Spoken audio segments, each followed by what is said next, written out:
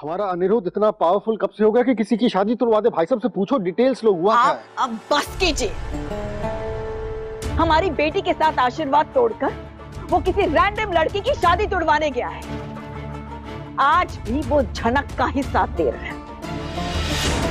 सृष्टि, मैं सिर्फ इतना पूछ रहा हूँ कि हमारा दामाद इतना पावरफुल हो गया कि तेजस के शहर में घुसकर उसकी शादी तुड़वा दे? तेजस क्रिमिनल है, इलेक्शन में खड़ा होने वाला है, और अगर अनिरुद्ध ने ऐसा कुछ किया है तो छोटी बात नहीं है सृष्टि। इसीलिए मैं जानना चाहता हूँ कि हुआ तो हुआ क्या? आपसे ना बात करना ही बेकार है।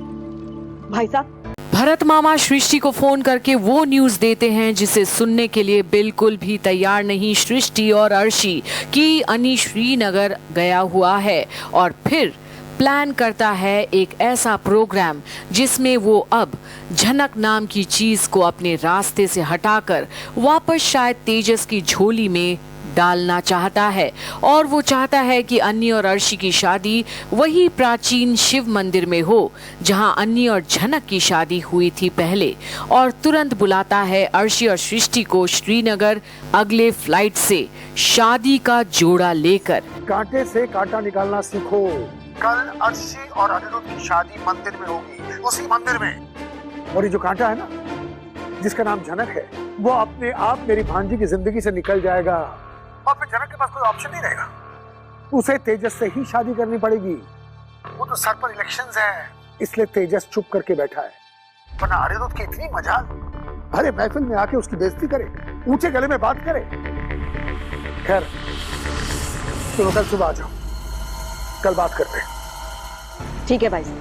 पर जहां विनायक को ये सारे मामले में प्रॉब्लम्स ही नजर आ रही है, वो पूछता है एक सीधा सवाल कि अगर सृष्टि और अर्शी को अन्नी के हरकतें कभी समझ ही नहीं आती और पसंद भी नहीं, तो वो दोनों अन्नी से रिश्ता तोड़ क्यों नहीं देते? पर इस पर तो जैसे जले पर किसी ने नमक छिड़का हो, और सृष्टि और भी आग बबूला होती है अपने पति के प्रति, और अब भरत मामा की दी नसीहत पर चलने का मन बनाती है और प्लेन के टिकट्स बुक करने की ओर बढ़ते हैं दोनों श्रीनगर की। पर जहां रिश्तों की कदर ही नहीं और सिर्फ हार जीत से रिश्ते के फैसले लिए जाते हैं, वहां क्या कोई भी रिश्ता फलेगा? क्योंकि जितनी परवाह अनी को झनक की है, उतनी परवाह तो शायद वो अर्शी का भी नहीं करता, बल्कि उससे तो पूछता भी नहीं कोई भी फैसले के बारे में कदम उठाने से पहले।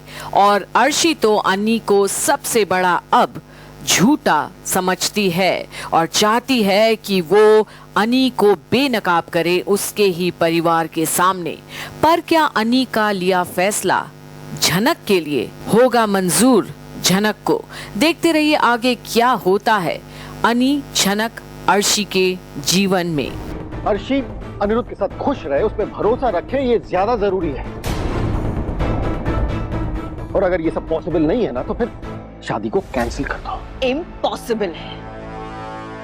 मेरी बेटी ने बहुत साल दिया इस रिश्ते को, मैं इसे हारने नहीं दूंगी, और आपके कहने पर यह शादी नहीं तोड़ूंगी मैं।